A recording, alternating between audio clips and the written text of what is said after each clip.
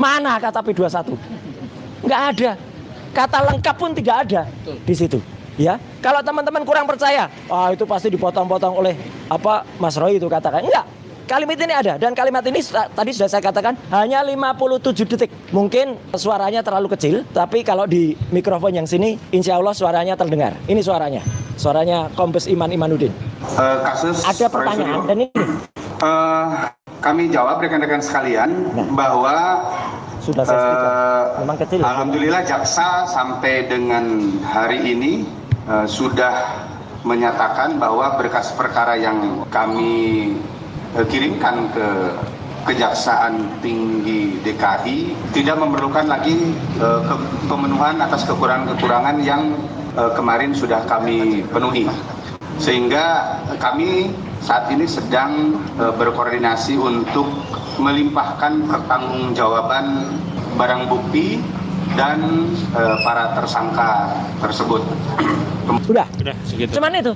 Jadi untuk memberikan gambaran ya teman-teman semua, statement 57 detik tadi kalau ada yang kurang jelas, nanti kalau ada yang mau filenya saya kirim file audionya. Kalau mau silakan saya berikan. Ya, apakah statement pers yang dilakukan oleh Direskrim Polda Metro Jaya Bapak Kombes Iman Imanuddin itu adalah jawaban dari perkataan surprise gitu ya. Itu sama sekali bukan surprise. Ya, itu door prize namanya. Ya, jadi ngaco banget. Ya, karena apa? Karena itu tidak surprise dan tidak ada detailnya apa yang disampaikan. Kami memang menghormati.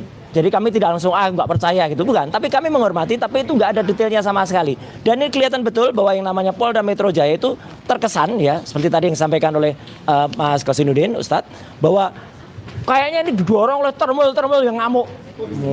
Termul itu ngamuk semuanya. Sampai katanya yang ada di Solo tuh Raja Jawa palsu tuh gebrak meja gitu. Padahal dibantah juga oleh yang lain, gua nggak mungkin gebrak meja, sudah sana kelahi sendiri sana. Ya gitu. Ada yang bilang gebrak, ada yang bilang enggak, ya kan gitu. Nah, kelahi sendiri sana. Nah, yang menarik adalah begini, teman-teman semua. Jadi di sini kemarin muncul istilah yang sebenarnya istilah itu bukan istilah yang baru bagi teman-teman para kuasa hukum yang mereka mengerti ya. Tapi ini saya ingin sampaikan juga pengetahuan kepada semuanya karena ini juga ada referensi ini di WA grup kami, di WA grup TAK ya, bahwa urutan-urutan dari P21 itu apa ya, dan itu berdasarkan apa. Jadi jangan sampai seperti termul-termul orang bilang P21 ngerti nggak artinya P21? Nggak ngerti mereka sebenarnya, banyak asal teriak. Nah iya, P21 frekuensi apa gitu. Karena sebenarnya itu sesuai dengan keputusan, saya baca supaya tidak salah ya gitu, Jaksa Agung Republik Indonesia nomor 518 /A/J/A 11 tahun 2001. Jadi ada urutan P itu ya, mulai dari P1 sampai dengan P53. Dan P21 itu diawali dengan P18 dulu. P18 dulu itu adalah untuk memberikan berkas ya gitu. Jadi hasil penyelidikan belum lengkap, itu P18. P19 itu pengembalian berkas perkara untuk dilengkapi.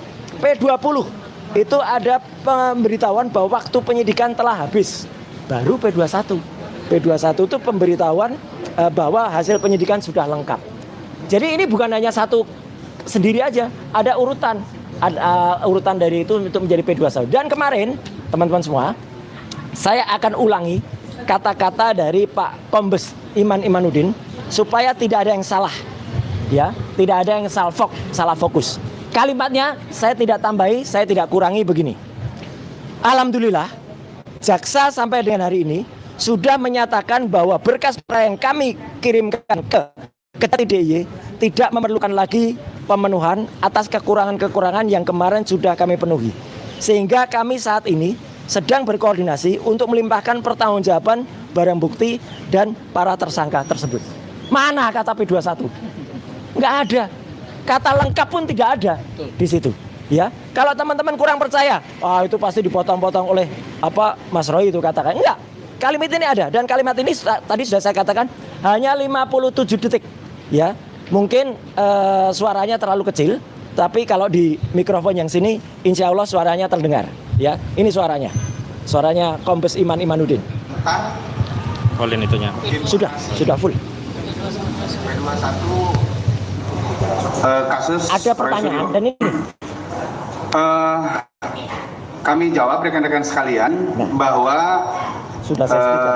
Memang kecil. Alhamdulillah jaksa sampai dengan hari ini sudah menyatakan bahwa berkas perkara yang kami kirimkan ke Kejaksaan Tinggi DKI tidak memerlukan lagi pemenuhan atas kekurangan-kekurangan yang kemarin sudah kami penuhi. Sehingga kami saat ini sedang berkoordinasi untuk melimpahkan pertanggungjawaban barang bukti dan para tersangka tersebut. Sudah segitu. Cuman itu. Jadi untuk memberikan gambaran ya teman-teman semua, statement 57 detik tadi kalau ada yang kurang jelas, nanti kalau ada yang mau filenya saya kirim file audionya. Kalau mau silakan saya beri ke saya. Kemarin itu adalah sebuah konferensi pers atas kasus yang lain. Jadi kasus penganiayaan seseorang dan kemudian ada kasus adanya hasil pra-peradilan. Dan ada penggelaran barang bukti untuk kasus yang lain. Sekali lagi, kasus yang lain kemana? Jadi makanya Kabid Humas itu hanya pertanyaan. Jawab pertanyaan. Jadi bukan statement langsung, padahal ini sangat berbalik arah dengan ketika kami diumumkan sebagai tersangka. Waktu itu siapa yang mengumumkan? Pak Kapolda, Pak Irjen Asep sendiri yang mengumumkan. Ini kemarin tidak, bahkan Kabid Humas pun yang janji memberikan surprise, diam, tidak melakukan pembicaraan, tidak melakukan sepatah kata pun. Yang mengucapkan adalah Direskrim Pak Iman Imanuddin. Dan itu menjawab pertanyaan dari salah seorang rekan. Sayang rekannya nggak ada di sini. Kalau ada saya tunjuk orangnya, ya, karena saya bisa mendengarkan itu suara siapa. Ya, jadi dia tanya bagaimana P21-nya Roy Suryo. Baru di situ di ujung acara itu Pak Direskrim Pak Kombes Iman Imanuddin itu kemudian menjawab pertanyaan. Jadi dia tuh menjawab 3 pertanyaan. Yang pertama pertanyaan soal adanya pra-peradilan, yang kedua menjawab pertanyaan soal ini, dan yang ketiga menjawab soal ada kasus penganiayaan. Itu. Dan jawaban ini hanya 57 detik. Sama sekali tidak ada kata-kata lengkap, apalagi P21. Jadi nggak ada teman-teman semua. Artinya harusnya kalau P21 ada diumumkan jam pertama dengan nomor yang tadi sudah disampaikan Mas Gafur Sangaji, dengan kemudian yang disampaikan Pak Azam dan Pak Samsir, ya, detail pengumumannya, bukan hanya seperti itu. Tapi teman-teman sekalian, tidak. Saya ingin menghimbau. Saya juga banyak mendengar, katanya akan ada demo di mana-mana, akan ada pasukan-pasukan yang didatangkan ke Jakarta. Ya, kemudian akan ada membela saya. Terus kok Mas, itu kita lakukan aja, kita lakukan ini minta korek. Kita lakukan nanti kalau perlu kita bakar gitu ya. Jangan lakukan bakar-bakaran. Ya, wah, meskipun kita lakukan ini, tapi ini suatu imbauan dari saya. Jangan melakukan bakar-bakaran seperti ini. Nah, kenapa jangan melakukan bakar-bakaran? Sebaiknya kita sikapi ini dengan bunga. Sekian, terima kasih. Wassalamualaikum warahmatullahi wabarakatuh. Yang lain. Selanjutnya Bu Kurnia dulu. Bunganya untuk saya. Bu Kurnia. Ya, maju aja, Bu. Buat Bu Kurnia. Bunganya buat Bu Kurnia. Oh ya. Bismillahirrahmanirrahim. Bismillahirrahmanirrahim. Assalamualaikum warahmatullahi wabarakatuh. Waalaikumsalam. Saya ingin menyampaikan 2 hal ya. Pertama, bahwa pada hari ini seperti biasa, sebagaimana kewajiban kami yang sudah mentradisi selama kurang lebih 5 bulan terakhir, yaitu wajib lapor. Saya ingin menyatakan wajib lapor ini sudah terlalu lama mengganggu hak asasi kami sebagai manusia, ya. Dan kami juga menginginkan, tolong ya, Kepala Kepolisian Republik Indonesia jangan rusak hubungan baik kami dengan para penyidik yang sangat baik. Ya, saya menyatakan ini ya, penyidik di sini sangat baik kepada kami. Bahkan mengatakan Bu Kurnia kalau seandainya masih sakit, tidak apa-apa, tidak wajib lapor ya. Tapi wajib lapor ini sudah sedemikian rupa dibikin sistemik oleh sistem dan oleh Kepala Kepolisian Republik Indonesia. Jangan ganggu hubungan kami dan jangan ganggu kehidupan kami walaupun status kami hari ini adalah tersangka. Ya, dan tersangka lainnya yang mempunyai tugas dan pekerjaan yang sesekali keluar negeri karena dia adalah mutawif, ya, itu juga terganggu. Yang penting seluruh kehidupan kami terganggu. Yang kedua, menyikapi, saya sangat terpesona dengan bunga ini. Gitu. Jadi saya buat pejuang wanita. Tidak. Kedua, saya ingin menyampaikan dua pasal yang disampaikan oleh Dirreskrimum Bapak Imam Imanuddin itu hanya mengenai ketidakharusan lagi pihak Polda untuk memenuhi kekurangan-kekurangan yang diminta oleh jaksa. Yang kedua, mereka berkoordinasi untuk mempertanggungjawabkan penyerahan bukti atau barbuk dan para tersangka. Tidak ada kata-kata tentang P21 karena itu memang bukan hak daripada Polda Metro Jaya. P21 adalah hak daripada kejaksaan. Oleh karena itu jangan suka comot-comot dan rebut-rebut apa yang merupakan pekerjaan orang lain dan tanggung jawab orang lain. Saya ingin mengatakan, kalaupunlah ada P21, oh come on ya. Tolong simak dahulu kalau begitu. Bagaimana dengan perkara Firly Bahuri yang telah menjadi tersangka sejak 22 November 2023 dan saat ini masih sebagai tersangka dan telah lewat 3 tahun tidak juga dilakukan penahanan. Bagaimana dengan Sylvester Matutina ya, yang dimana Kejaksaan Tinggi berkoordinasi dengan Kejaksaan Jakarta Selatan melakukan tabur ya. Apa itu tabur? Tangkap buronan.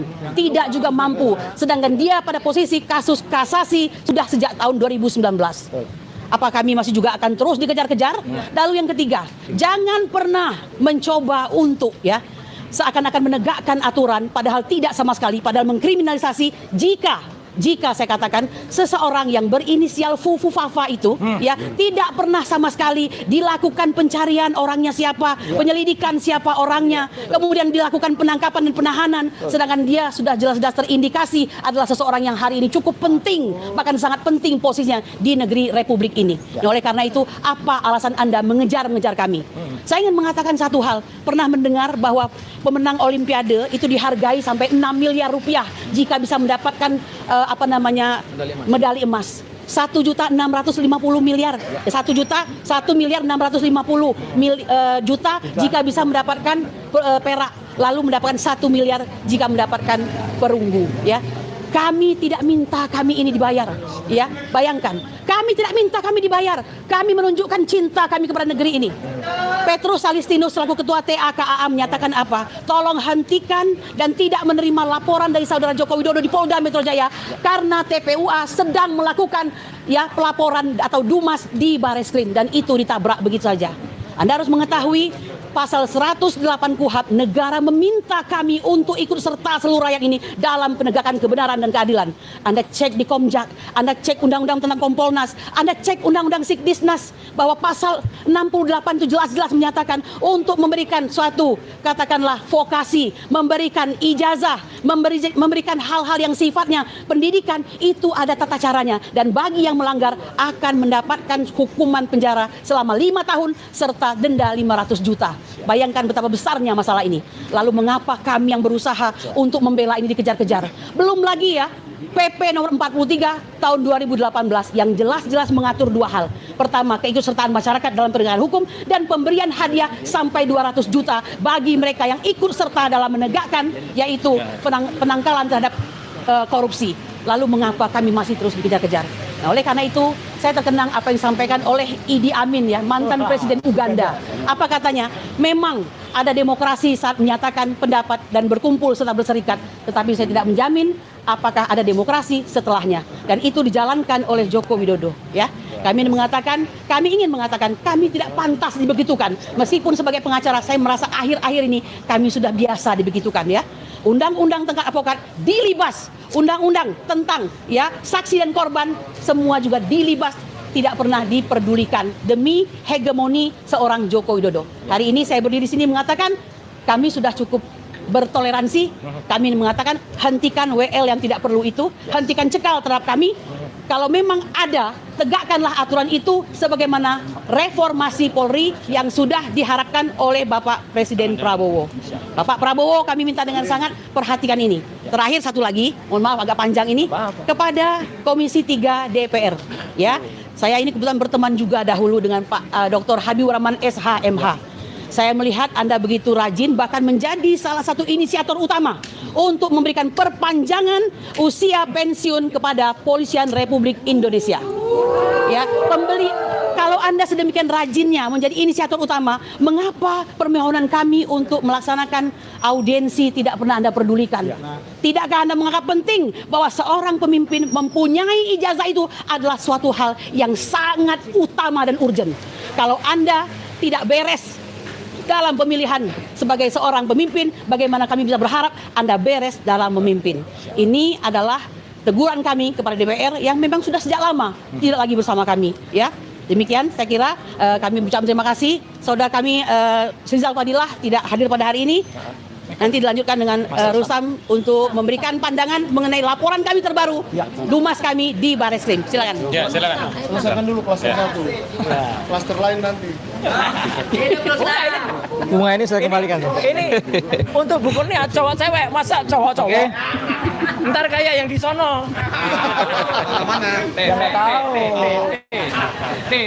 Mr. T. Pedot. Bismillahirrahmanirrahim. Assalamualaikum warahmatullahi wabarakatuh. Alhamdulillah hari ini saya wajib lapor lagi. Masih ada usia, masih ada umur untuk melawan Jokowi gitu. Menurut saya P21 ini nggak layak untuk kami. Justru yang harus masuk ke pengadilan itu Jokowi. Karena sudah berulang kali saya menyatakan bahwa ijazah Jokowi itu dibuat di Pasar Pramuka. Yang buat itu Eko Sulistyo. Dan juga Pratikno yang hari ini menjadi menterinya Pak Prabowo. Jadi sebelum kami dipersidangkan, lebih baik periksa dulu nama-nama ini. Karena inilah otak dari ijazah palsu Jokowi. Sedangkan Jokowi adalah pengguna ijazah itu. Dan atas laporan saya kemarin dan kawan-kawan kemarin di Bareskrim, insya Allah besok kami akan melakukan data terbaru terhadap laporan kami. Yang isinya tetap bahwa kami meyakini ijazah itu dibuat di Pasar Pramuka oleh Eko Sulistyo dan Pratikno. Jadi untuk pihak kepolisian, kejaksaan, tolong perhatikan nama-nama yang saya sebutkan ini. Karena apa? Inilah otak-otak dari permasalahan bangsa ini yang mereka lah yang harus ditangkap.